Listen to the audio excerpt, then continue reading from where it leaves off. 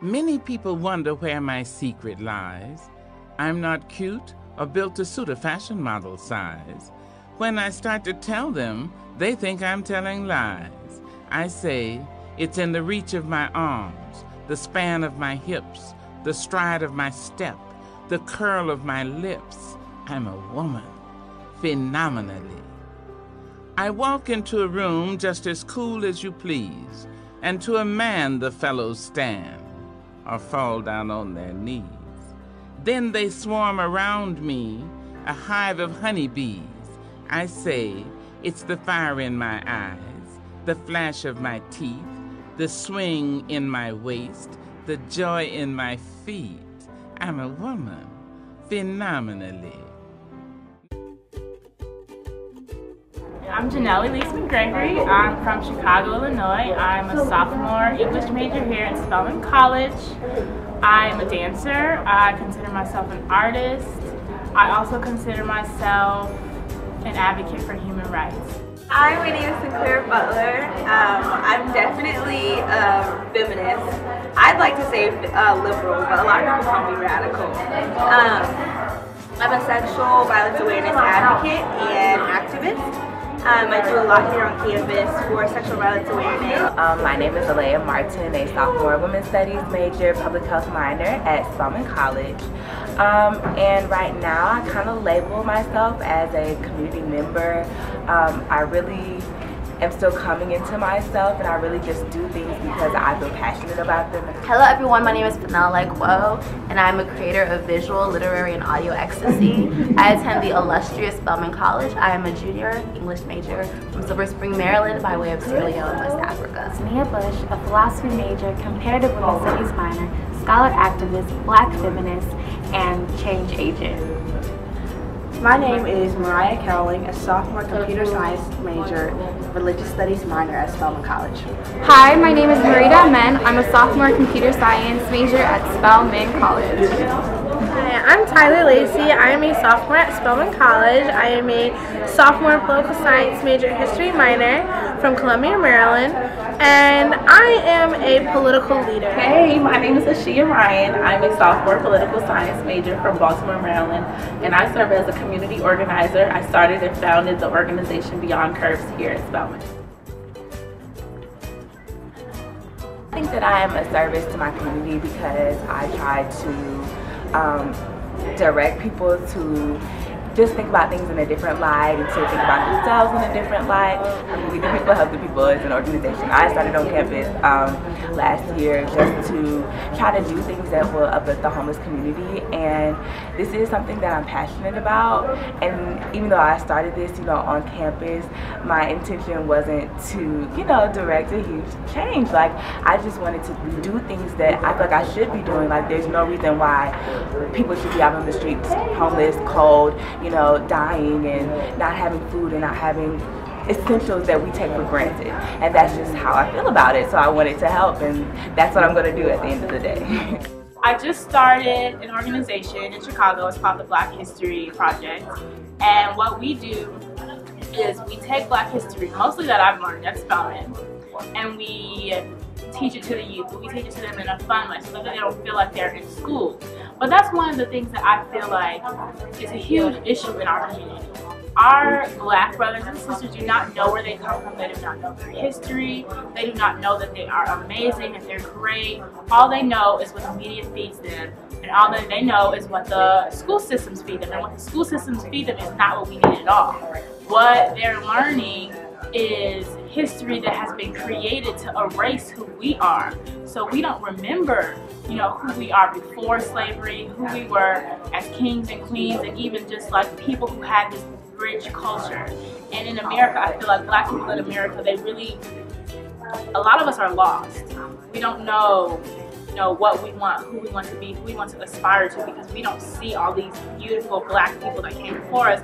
All we see is what they want to see. I am a service to my community because I'm involved in the fight for social justice. Back home in California, I participate in feeding the homeless. I am a youth volunteer at my church, and here at Spelman, I am involved in a couple of on-campus organizations that are dedicated to community service and giving back to those who are not as fortunate as I am. I'm a service to my community by being receptive to God's voice and listening to what He lays upon my heart. And God lays upon my heart different things or different avenues on which I should go down in order to help people. For example, I currently serve as the president of this organization called Peace and Love AUC, and it's a nonviolent organization. And what we do is spread peace and love throughout the AUC and its surrounding communities. And one thing that we did recently was on Valentine's Day. Prior to Valentine's Day, we raised money from hosting an event on campus called Purple Kisses, which was in honor of Black History Month, and it was a representation of Black love and Black unity.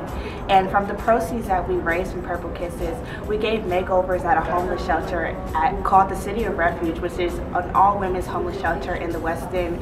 And it was truly an amazing experience to see the smile on these ladies' faces. And it also was very humbling that they didn't understand why we were doing such a thing for free. They were like, why is this for free? Why are you doing this for us? And we were like, because you're human beings too.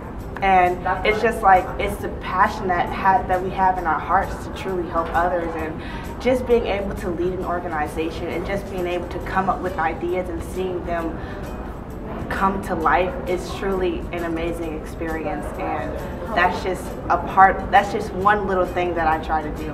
One of the things I really want to change in this world is people's perception of what computer science is. I think when people think of computer science, they think nerdy, geeky, you're sitting at the computer all day, in the dark, typing at a computer. It is so much more than that. Computer science is our future. It correlates with so many different fields. It is empowering because it has so much knowledge that people aren't even aware of. And you use it every day. You're using computer science on your phones. When you post a picture on Instagram, when you're Skyping with your family and you're here and they're in another state. That is computer science. And it's not enough to just know how it works. You need to be able to program it as well, I feel like. And if you have that knowledge, you have the world at your fingertips. There's nothing you cannot do. You can make an application. You can make your own website. You don't have to pay other people to do that. It's the 21st century, and as African American individuals, it is our responsibility to be inventors. And computer science allows you to do that. There's also a statistic that says that by 2020, this is from the Bureau of Labor Statistics, that by 2020 there will be over 1.4 million computer science jobs and only 400,000 computer science students to fill them. That in itself says how much opportunity there is in the field, how much financial gain there is in the field, how much you can like think outside of the box and make something no one's ever thought of. And I think that is all of those reasons and plus more is a reason to join and be a computer science major. You're constantly working in groups. It's not just sit at the desk all day and code. It's how do we make this better? How do we improve this? It's about making your visions a reality. So if you have an application idea, make that happen. Make it happen now. Make money now as a college student. You don't have to wait until you're like 25 and have some money to be able to ask somebody to invest in your idea when you can be already doing it now. I want to, of course, eradicate sexual violence. You know, that is definitely the end goal. But to do that, I want to work on education and joint education for men and women around sexual violence. I want to change the kind of language that makes it seem like only women are victimized, because we all know that men also get victimized. I want to change the law that I just mentioned. I want men to acknowledge the privilege they have as a male and detach themselves from that privilege to really see that with their privilege, they can ignore the violence that happens behind the color line. Within the Black community, I want the Black community to be able to look at ourselves as a whole and see that just as much as we unify for police brutality against Black men, we need to unify against with violence against Black men and women, not just police brutality, sexual violence, domestic violence, all sorts of the violence that occurs behind the color line. I really want to change the stigma that can be found here at Spelman, but not just here at Spelman, but in like the Black community, that thinner is better. Beauty has any size, and it comes in different sizes and in different shapes, different colors, and I feel like women should not be hindered by their body, and we should just learn to embrace our bodies and, you know, thrive and be amazing. One of the things that I do want to change, I want to change what people perceive art, fashion, music. I feel like when someone talks about music, I think of art and fashion. Like, I can't think of music by itself or art by itself or fashion by itself. To me, all of those things are one. So I want basically to encourage people, bring light to them, wisdom to them through music, poetry, fashion, the arts. And I want them to see themselves as art. So for me, when I wear an outfit, I don't see it as an outfit, I see it as art. When I do a poem, I don't see it as just a poem. I see everything I do as artwork. I want to change the world in everything. I want to change, I think the main thing that I want to change is the way people look at themselves. So not just Black people, Black women, but the way that we look at ourselves in general. You know, there is a lot of things that have happened to us that we don't know about. And there's a lot of things that affect us that we don't know about. So for Black people, I want us to know our history in depth. I want us to really understand where we come from and who we are from that. And for women, I want us to understand that this socially constructed idea of beauty is not real. And I want us to know where that comes from and why we think the way that we do, and understand that everything around us is because of our environment, not because we are supposed to look a certain way or supposed to act a certain way, but it's because we've been socially constructed to think so. Yeah, I would like to change different things in the Black community, such as self-esteem, self-awareness, political awareness. You know, so many people feel that their vote really doesn't matter, even though it really does. You know, people don't understand that voting at the local level and the state level is what affects your daily life. Voting for Obama is great, but also when you vote for the political leaders in your community, you are helping your community. And you know, when you don't participate in things like that, it goes off to people who don't necessarily care about you, look like you, or even have any interest in you. So that's why it's really important to get out there and vote. And that's some of the things that I would like to help in the Black community. What Black history means to me is making the voices of the most marginalized, most oppressed group of people heard. Oftentimes, Black women's voices just get faded into the background. We are put on the bottom of the social pole. We are at the bottom of the social hierarchy. And so Black History Month is all about making sure that we are visible for once. Every other month of the year, Black women are just put on the back burner. Our issues are never seen as important as our peers and as other people in different social groups. Black History Month means to me that we're finally looking at Black women at the forefront of fighting, at the forefront of revolution, at the forefront of resistance.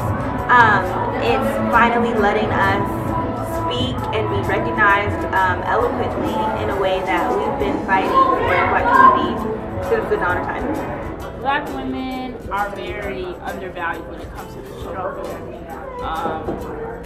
with Black anything. So a lot of the problems that we've been going through, a lot of the police brutality that we've been going through, men are very highlighted. And I'm not saying that it's not a lot of men that are suffering from police brutality, but there are women too, and there are women fighting against it. And so we need to recognize the women who are a part of this struggle as well. It's not just about, okay, the men are going through it the most. Women have the same struggles that men do when it comes to race and when it comes to being discriminated against, if not more. So we need to understand our power and our greatness, and I believe that Black History Month really highlights that, and it really allows us to have our own voice and just say, you know, we're a part of this movement too. 2015 into action. 2014 was the warm-up, and 2015 it's go time. It's time to put all of our complaints into action so that we can make some real change. Passionate, Creative, Ambitious. I'm extremely empathetic. Unrelenting, Lion-hearted, Amazing. driven, And I'm passionate.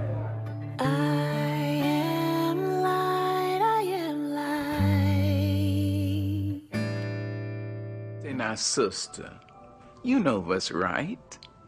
Just do right. You don't really have to ask anybody. The truth is, Right may not be expedient, it may not be profitable, but it will satisfy your soul.